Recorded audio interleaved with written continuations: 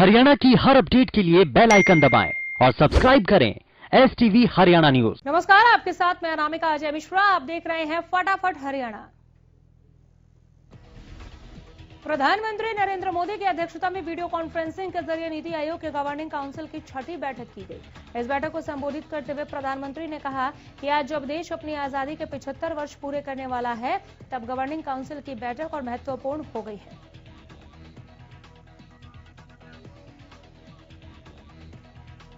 PM Modi ने कहा कि कोरोना के दौरान हमने देखा है कि कैसे केंद्र और राज्य सरकारों ने राष्ट्र को सफल बनाने में एक साथ काम किया है। इससे विश्व स्तर पर देश की सकारात्मक छवि बनी है।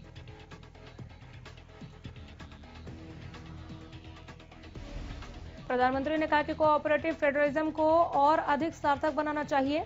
किसान आंदोलन का जिक्र करते हुए उन्होंने कहा कि किसानों को थोड़ा गाइड करने की जरूरत है।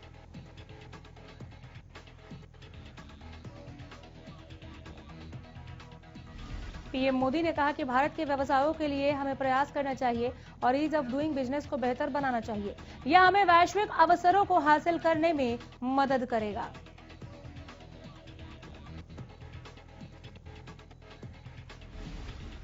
कृषि कानूनों के खिलाफ किसान आंदोलन 87वें दिन भी जारी है।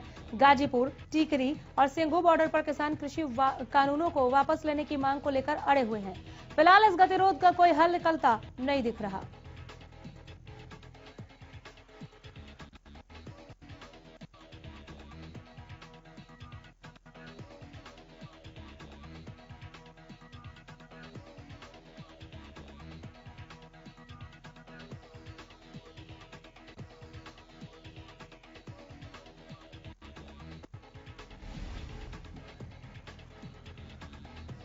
सोनीपत के खरखौदा में 22 फरवरी को सर्वजातीय किसान महापंचायत का आयोजन किया जाएगा और इसी के मद्देनजर दहिया खाप ने अलग अलग गांव की अलग अलग व्यवस्थाओं को लेकर ड्यूटी लगाई है।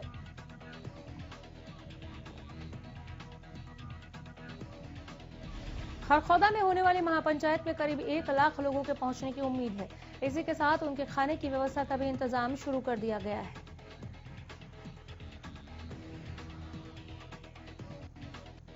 इसी के मद्देनजर कुंडली बॉर्डर पर किसानों के साथ मीटिंग की और आंदोलन में डटे हुए लोगों से अपने अपने गांव से आंदोलन में हिस्सेदारी करने की अपील की।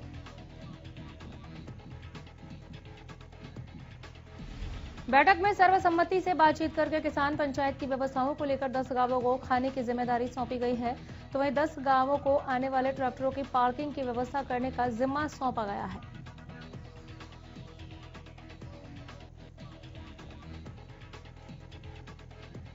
राज्यसभा सांसद दीपेंद्र हुड्डा ने सरकार पर आरोप लगाया कि बढ़ती महंगाई और लोगों की परेशानी को लेकर सरकार असंवेदनशील है।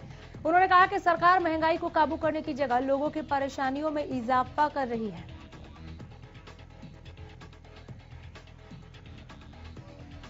इसी के साथ उन्होंने बाहरी राज्यों के युवाओं को रोजगार देने के मुद्दे पर कहा कि हरियाणा सरकार ने हरियाणा में प्रदेश के युवाओं को आरक्षण देने का वादा किया था, लेकिन सरकार वो वादा पूरा नहीं कर रही। पूर्व सीएम भूपेंद्र हुड्डा के खिलाफ कार्रवाई पर दीपेंद्र हुड्डा ने कहा कि बीजेपी का पहला काम ही यही होता है कि जहां विपक्ष मजबूत दिखे वहां विपक्षी नेता के खिलाफ बदले की भावना से कार्रवाई करो।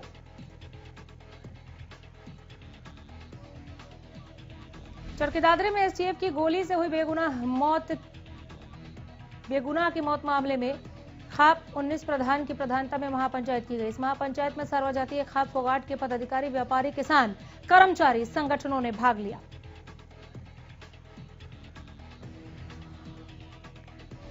महापंचायत में मृतक बिंदर के पिता कृष्ण कुमार ने कहा कि बिंदर हत्याकांड को लेकर हमने प्रशासन को 1 हफ्ते का अल्टीमेटम दिया था। बिंदर हत्याकांड में शामिल अन्य पुलिस कर्मचारियों को अभी तक गिरफ्तार नहीं किया गया। किसी प्रशासन अधिकारी ने हमें संपर्क किया भी नहीं।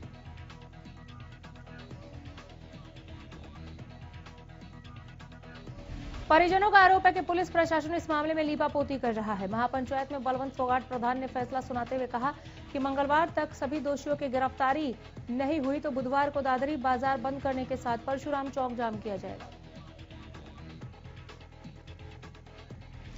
उन्होंने कहा कि पीड़ित परिवार को 50 लाख की आर्थिक मदद देने के साथ मृतक की पत्नी को सरकारी नौकरी दी जाए। इस बारे में उपायुक्त दादरी को ज्ञापन भी सौंपा गया।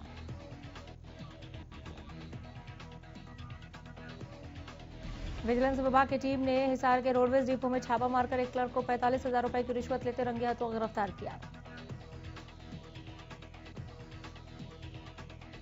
विजिलेंस अधिकारियों ने बताया कि रोडवेज के हेड मैकेनिक जय भगवान की प्रमोशन होनी थी। प्रमोशन के कागजात मुख्यालय भेजने के नाम पर क्लर्क रामनिवास पातड़ ने उससे 50,000 रुपए रिश्वत मांगे थे।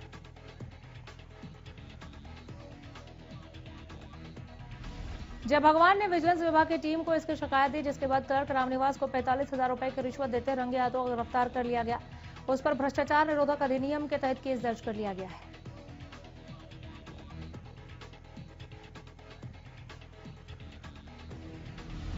पानीपत बस अड्डे के पास कोहरे के कारण एक ऑटो अनियंत्रित होकर पलट गया।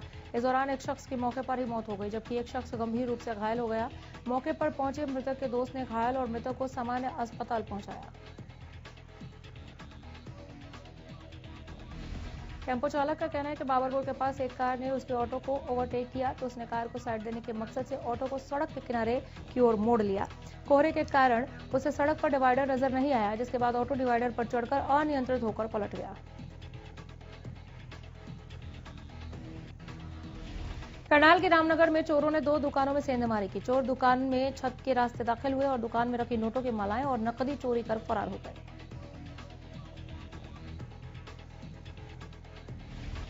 चोरों ने दुकान से तकरीबन 2 लाख के सामान पर हाथ साफ किया। वारदात के बाद मौके पर पहुंची पुलिस ने सबूत इकट्ठे करने शुरू कर दिए। पुलिस ने मौके पर फोरेंसिक टीम को भी बुलाया।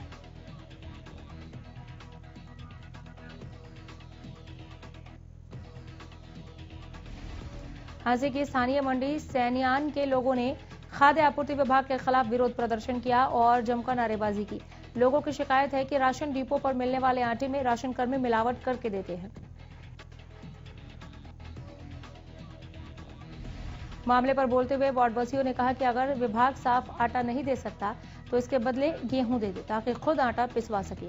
लोगों ने बताया कि इससे पहले भी जो आटा दिया जाता रहा वो भी खाने के लायक नहीं होता था। आटे से बनी रोटियां खाकर बच्चे बीमार पड़ रहे हैं। प्रदर्शन के दौरान वार्ड 25 के पार्षद प्रतिनिधि विनोद सैनी भी मौके पर पहुंचे और लोगों को आश्वासन दिया कि इस मामले में वो खाद्य आपूर्ति विभाग के अधिकारियों से बात कर इस समस्या के समाधान की कोशिश करेंगे।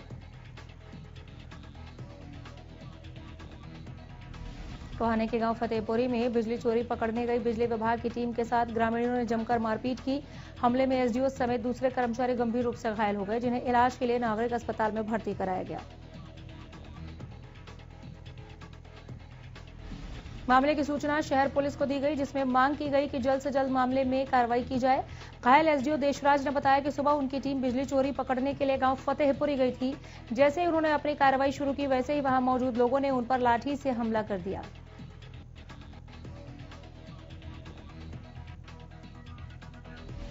प्रदेश में कोरोना के आंकड़ों में गिरावट जारी है। बीते 24 घंटे में 93 नए मरीजों की पुष्टि की गई।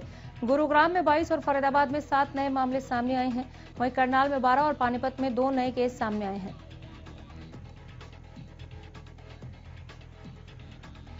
प्रदेश में अब तक 3042 मरीजों की मौत हो चुकी है। इसी के साथ प्रदेश में अब तक कुल 2,69,498 केस सामने आ चुके हैं।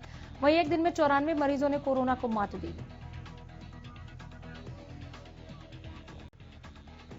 फरीदाबाद के सोना रोड पर ट्रैफिक पुलिस की ओर से बिना हेलमेट पहने और बिना सीट बेल्ट लगाए हुए लोगों का चालान काटने की कार्रवाई तेज कर दी गई है।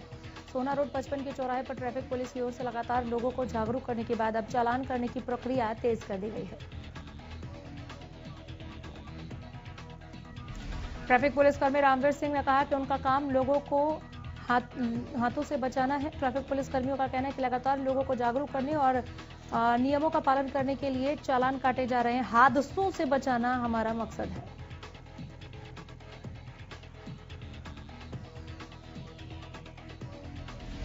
डीजल और पेट्रोल की लगातार बढ़ रही कीमतें जहां एक और आम आदमी की जेब पर असर डाल रही हैं। डीजल और पेट्रोल की कीमतें जिस तरह से आसमान को छू रही हैं और आगे भी कीमतों में ऐसे ही बढ़ोतरी होते हुए शतक लगाकर 100 का आंकड़ा पार कर गई तो पेट्रोल पंपों पर डीजल पेट्रोल मिलना बंद हो जाएगा।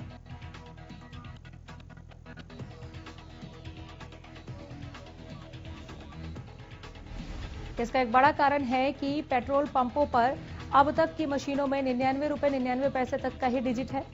अगर कीमत 100 रुपए हुई तो मशीनों में यह डिजिट ही नहीं होगी और पंप बंद करने पड़ेंगे। ऐसा होने पर सभी मशीनों को अपडेट करना होगा और नई मशीनें या सॉफ्टवेयर अपडेट किया जाएगा, तभी ये मशीनें चल पाएंगी।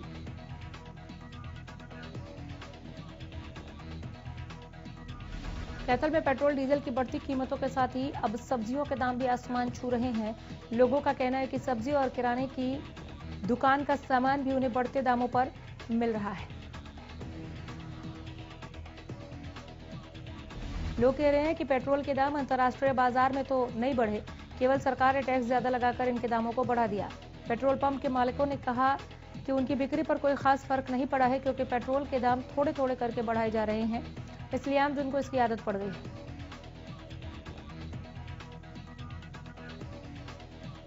फेमिना मिस ग्रैंड इंडिया 2020 का खिताब जीत चुकी मनिका शौकंद को हरियाणा राज्य महिला आयोग की ओर से सम्मानित किया गया। राज्य महिला आयोग के कार्यवाहक अध्यक्ष प्रीति भारद्वाज दलाल ने पूरे स्टाफ के साथ मनिका शौकंद का स्वागत किया। 25 साल की मनिका केमिकल इंजीनियर है। मनिका अपने पूरे परिवार के साथ महिला आयोग पहुंची। मनिका ने बताया कि कोविड-19 की वजह से भारत में पहली बार फेमिना मिस इंडिया के पहले 3 राउंड ऑनलाइन हुए थे।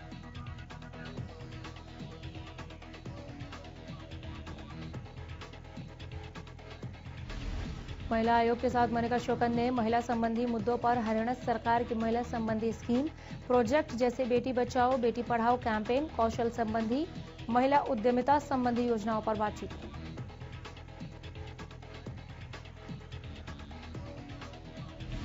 अंबाला में बदमाशों के हौसले कितने बुलंद है, इसका पता इसी बात से चलता है कि यहां दिन दहाड़े रेलवे स्टेशन के आसपास एक यात्री को बदमाश लूट लेते हैं।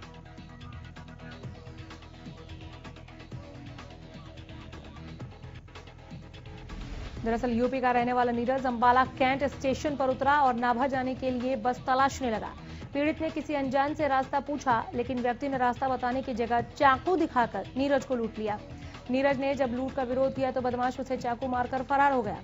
बाद में आसपास जुटी आम लोगों की भीड़ ने पुलिस को सूचना दी।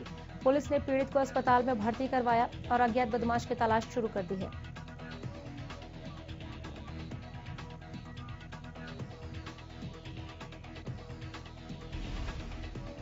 भिवानी में अपनी मांगों को लेकर चौधरी बंसीलाल विश्वविद्यालय के छात्रों ने वीसी कार्यालय के बाहर प्रदर्शन कर ज्ञापन सौंपा।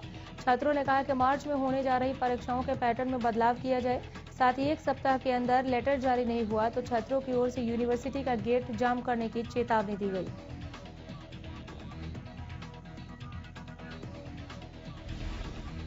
इनकी मांग है कि यह परीक्षाएं ऑनलाइन और ऑफलाइन दोनों तरीके से होनी चाहिए, जबकि यूनिवर्सिटी ऑफलाइन आधार पर परीक्षा लेने की तैयारी कर रही है।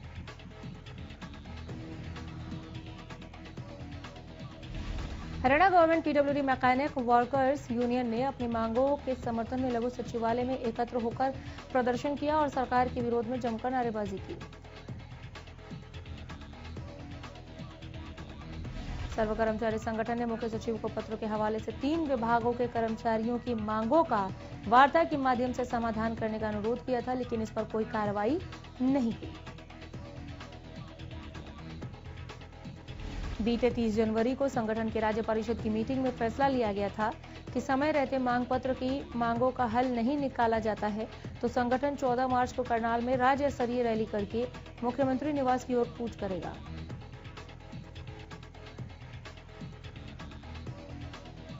भिवानी के नागरिक अस्पताल में पिछले 6 महीने से वेतन नहीं मिलने से नाराज अनुबंधित कर्मचारी धरने पर बैठे। आउटसोर्सिंग के तहत लगे भिवानी के नागरिक अस्पताल में ये कर्मचारी 6 महीने से अपने वेतन की राह देख रहे हैं, लेकिन इसे लेकर विभाग की तरफ से कोई आश्वासन नहीं दिया गया।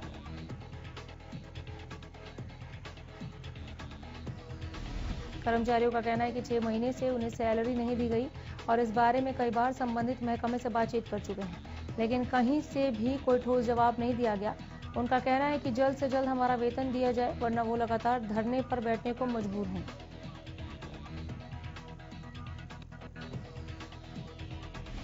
लुआरू के शहीद महावीर किसान भवन में श्रद्धांजलि सभा का आयोजन किया गया। इस दौरान किसान भवन का प्रधान पद का चुनाव भी किया गया और जय नारायण फरटिया को सर्वसम्मति से प्रधान चुना गया। गौरतलब है कि 19 फरवरी 1981 को प्रदेश के पहले किसान आंदोलन में फरटिया के महावीर की मौत हुई थी।